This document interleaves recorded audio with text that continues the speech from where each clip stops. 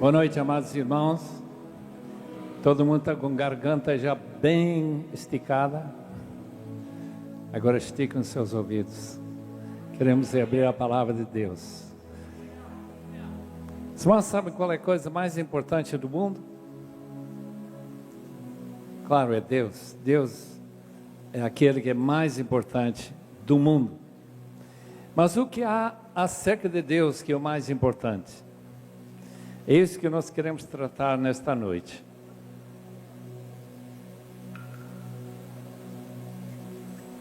Eu estou abrindo a minha Bíblia em Colossenses, capítulo 1. Obrigado.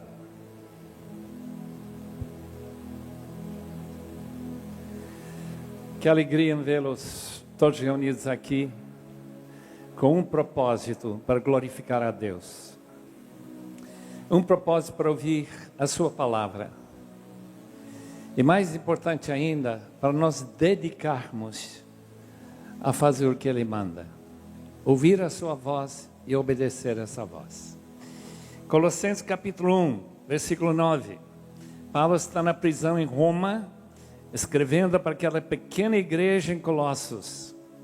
Por essa razão, desde o dia em que ouvimos, não deixamos de orar por vocês e de pedir que sejam cheios do pleno conhecimento da vontade de Deus, com toda a sabedoria e entendimento espiritual. Isso para que vocês vivam de maneira digna do Senhor, em tudo possam agradá-lo, frutificando em toda boa obra, crescendo no conhecimento de Deus e sendo fortalecidos com todo o poder, de acordo com a força da sua glória, para que tenham toda a perseverança e paciência com alegria, dando graças ao Pai, que nos tornou dignos de participar na herança dos santos no reino da luz. Pois Ele nos resgatou do domínio das trevas e nos transportou para o reino do seu Filho amado, em quem temos a redenção, a saber, o perdão dos pecados. Os irmãos aqui todos oram, né? Oram com os olhos fechados ou abertos? Fechados. A Bíblia não manda fechar os olhos, mas se quiserem fechar, eu gostaria de orar. Vocês podem cooperar dizendo amém. Senhor amado, estamos aqui numa oportunidade única de falar sobre as coisas que mais importam. E como nós nos agradecemos, Senhor, que não estamos lá nas bebedeiras deste mundo, não estamos em casa de prostituição, não estamos tomando drogas, estamos aqui para ouvir a Tua palavra. Fala-nos, Senhor, diretamente, para que nós possamos receber de Ti uma palavra que possamos lembrar e praticar, de modo que quando chegar o dia de sermos chamados para a Tua presença, nós possamos dizer: obrigado, Senhor, que eu estive lá em março de 2009. Muito obrigado, em nome do Senhor Jesus. Amém e amém. Pecado tem uma definição. É desviar-se da vontade de Deus. Tudo que nós fazemos que não é de acordo com aquilo que Deus quer, é pecado. Portanto, já que todos nós já nos desviamos dessa vontade perfeita de Deus para a nossa vida, temos pecado. E graças a Deus que esse texto diz que Jesus Cristo morreu pelos nossos pecados. Agora, esta palavra vontade, Deus sendo pessoal, Deus que pela sua vontade criou as galáxias, que criou o sol, criou esta terra maravilhosa, o mar, as plantas, as nuvens, tudo que existe, e principalmente que Ele nos deu a nós vida por causa de sua vontade. Este maravilhoso texto que Paulo foi inspirado a escrever para os Colossenses diz que lá na prisão, não podendo pregar por nenhuma multidão como eu estou tendo nesta noite, ele já está orando para que vocês transbordem com pleno conhecimento da vontade de Deus, com toda sabedoria e todo entendimento espiritual, para que vivam de maneira digna do Senhor, para que em tudo vocês o agradem, para que vocês tenham uma vida frutífera e para que vocês, durante o resto da sua vida, estejam crescendo no conhecimento de Deus. Portanto, nessa noite eu queria abordar, por alguns minutinhos, que quer dizer transbordar do pleno conhecimento da vontade de Deus. Se isso é a coisa mais importante do universo, é a vontade de Deus. Se esse sol existe só porque Deus teve vontade de criar e manter esse sol brilhando, e nossa vida depende do sol. Se sua vida apareceu e você não tinha que nascer, a não ser pela vontade de Deus, com certeza a coisa mais importante é essa vontade. Só que nós também temos uma vontade. Nós também somos pessoas. E quando nós seguimos a nossa vontade, porque não sabemos, pela ignorância, ou só porque sabendo e sendo tentado a fazer nossa vontade e não a vontade de Deus, claro, nós pecamos. E o salário do pecado é a morte. Sabe que tem jovens morrendo por causa do pecado esta noite? Jovens que, ou pela ignorância, não conhecem a palavra de Deus, ou por conhecer e não ter forças para resistir, fazem sua própria vontade e estão morrendo. Ou em acidentes, ou talvez por causa de drogas, ou por qualquer outro motivo que pode trazer esse salário, esse pagamento pelo nosso pecado. Pensem bem, Deus tem uma vontade. Essa vontade é que todo mundo se salve. Isto é, que todo mundo venha conhecer a Deus e fazer o que Ele quer. Faça a sua vontade. Diz Efésios 5,17, que nós não sejamos insensatos, mas procurem saber qual é a vontade do Senhor. Os irmãos sabem que a salvação é por causa da vontade de Deus, através de Cristo, que disse: eis-me aqui para fazer o que? A tua vontade. Hebreus capítulo 10. Na tua palavra está escrito a meu respeito de Jesus. E lá no jardim de Getsemane, Jesus descobriu, já sabia que era a vontade de Deus que Ele morresse lá na cruz por nós. E Ele, nessa luta tremenda, porque Ele não queria morrer, Ele não queria ser afastado do Pai, Ele não queria carregar todos esses pecados pelos quais Ele não era culpado, mas Ele disse: não a minha vontade, mas a tua. E lá temos a perfeição da bondade de nosso Senhor Jesus Cristo, que pela vontade de Deus que Ele aceitou para a sua vida, trouxe salvação para nós.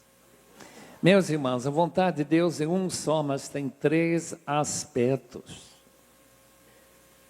O primeiro aspecto é vontade determinado, que não adiante pedir que Deus mude. Por exemplo, é a vontade de Deus que o sol brilhe. E não importa quanto você peça a Deus, apague esse sol. Está criando muito calor. Ele não vai fazer, porque está determinado. Os irmãos sabem que o fim desse mundo já está determinado? Os irmãos sabem que já está marcado o dia em que você vai expirar, se Cristo não voltar antes.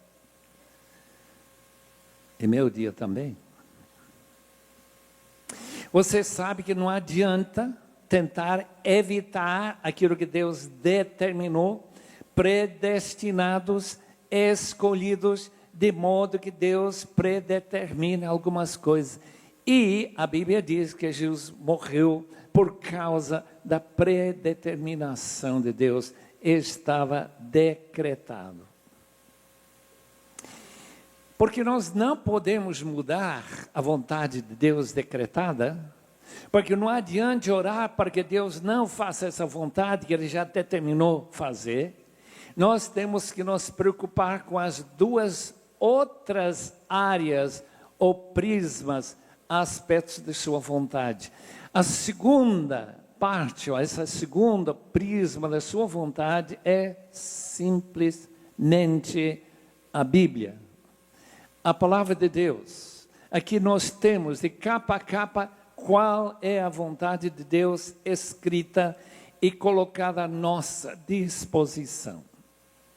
Leia sua Bíblia, aprenda o que Deus quer para a sua vida. A Bíblia está cheia de não somente recomendações, não apenas opções, mas mandamentos. E como nós temos liberdade de não fazer o que Deus manda, ou fazer o que Ele quer, e se nós esta noite tomarmos uma decisão, eu quero fazer a tua vontade, e nós passamos por nosso jardim de Getsemane, e nós colocamos nossa vontade na submissão à vontade de Deus, você vai estar agradando a Deus, vai começar a viver uma vida que realmente é digna dEle. A palavra do Senhor é perfeita. Nós temos que entender essa palavra, meditar nessa palavra como salmista de noite. Nós não ouvirmos então as recomendações daqueles que não conhecem ao Senhor. Nós não colocamos nossa vida só à procura de dinheiro, só à procura de conforto e bens desta vida. Nós colocamos nossa vida à disposição do Senhor, porque sua palavra é: procure saber e praticar a vontade do Senhor.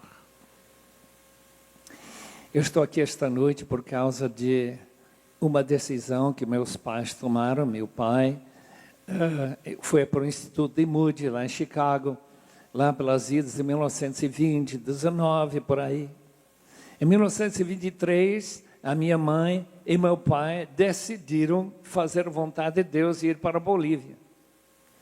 Os irmãos não têm que todos ir para a Bolívia, podem dar graça a Deus. O Brasil é bem melhor.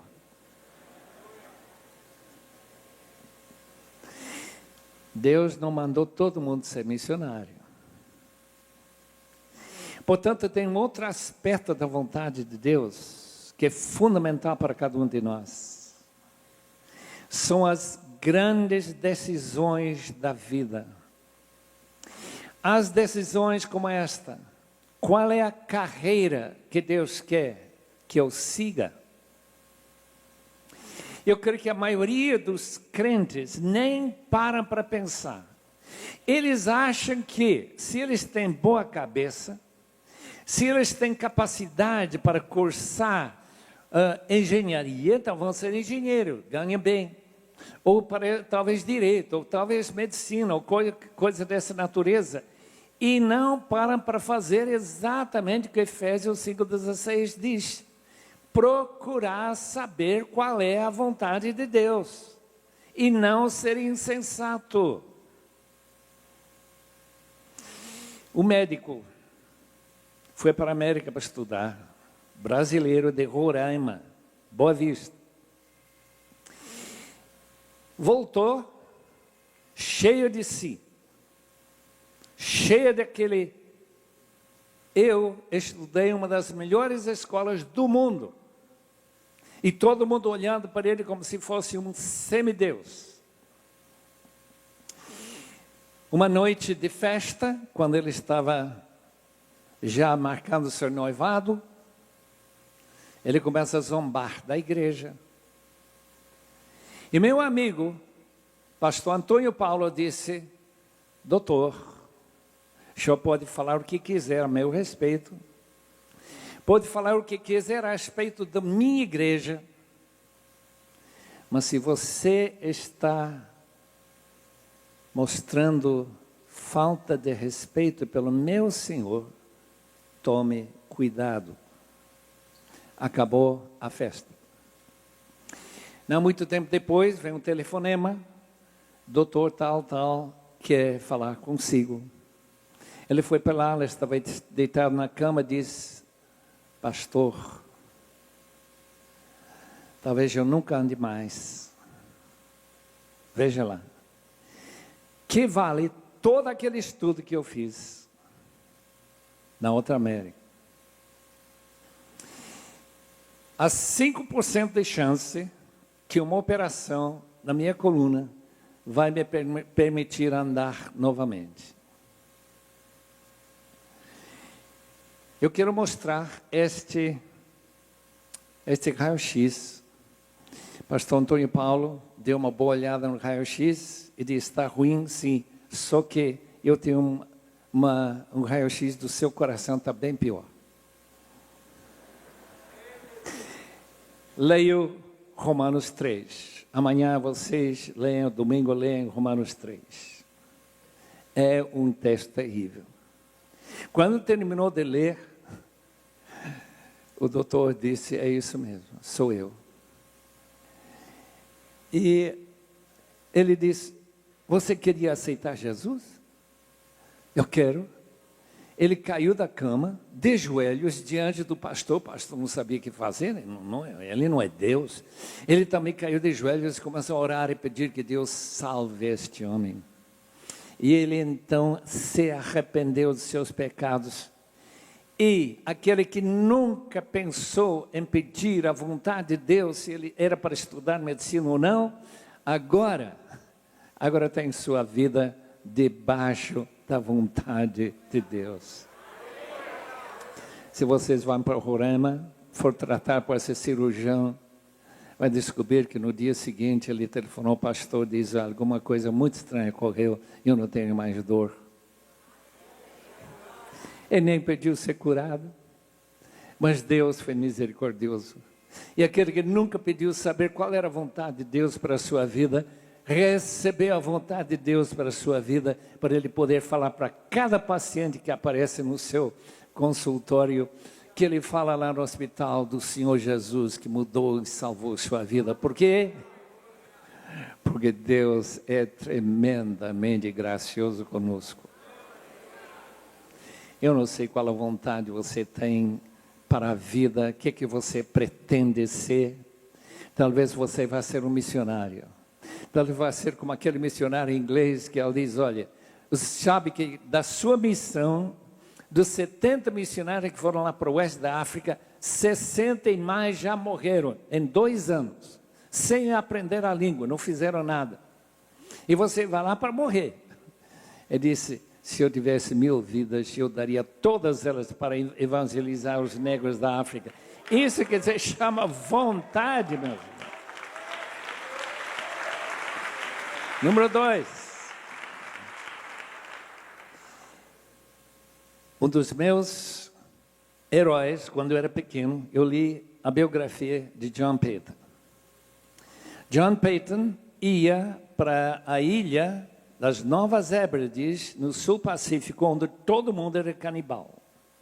Os seus antecessores, 2 missionários, antes do barco ir embora, depois de deixar eles ficarem lá para evangelizar aquelas ilhas, já tinham sido mortos e cozidos por aqueles índios, aqueles indígenas.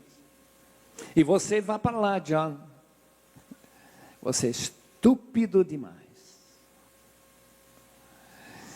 Aquele jovem olhou para aquele velhinho, mais ou menos de minha idade, e disse: ô senhor Dixon, dá para ver pela sua idade, não vai demorar muito para você deitar num caixão e ser comido por vermes. Agora, ser comido por vermes ou por canibais não faz nada, diferença nenhuma para mim.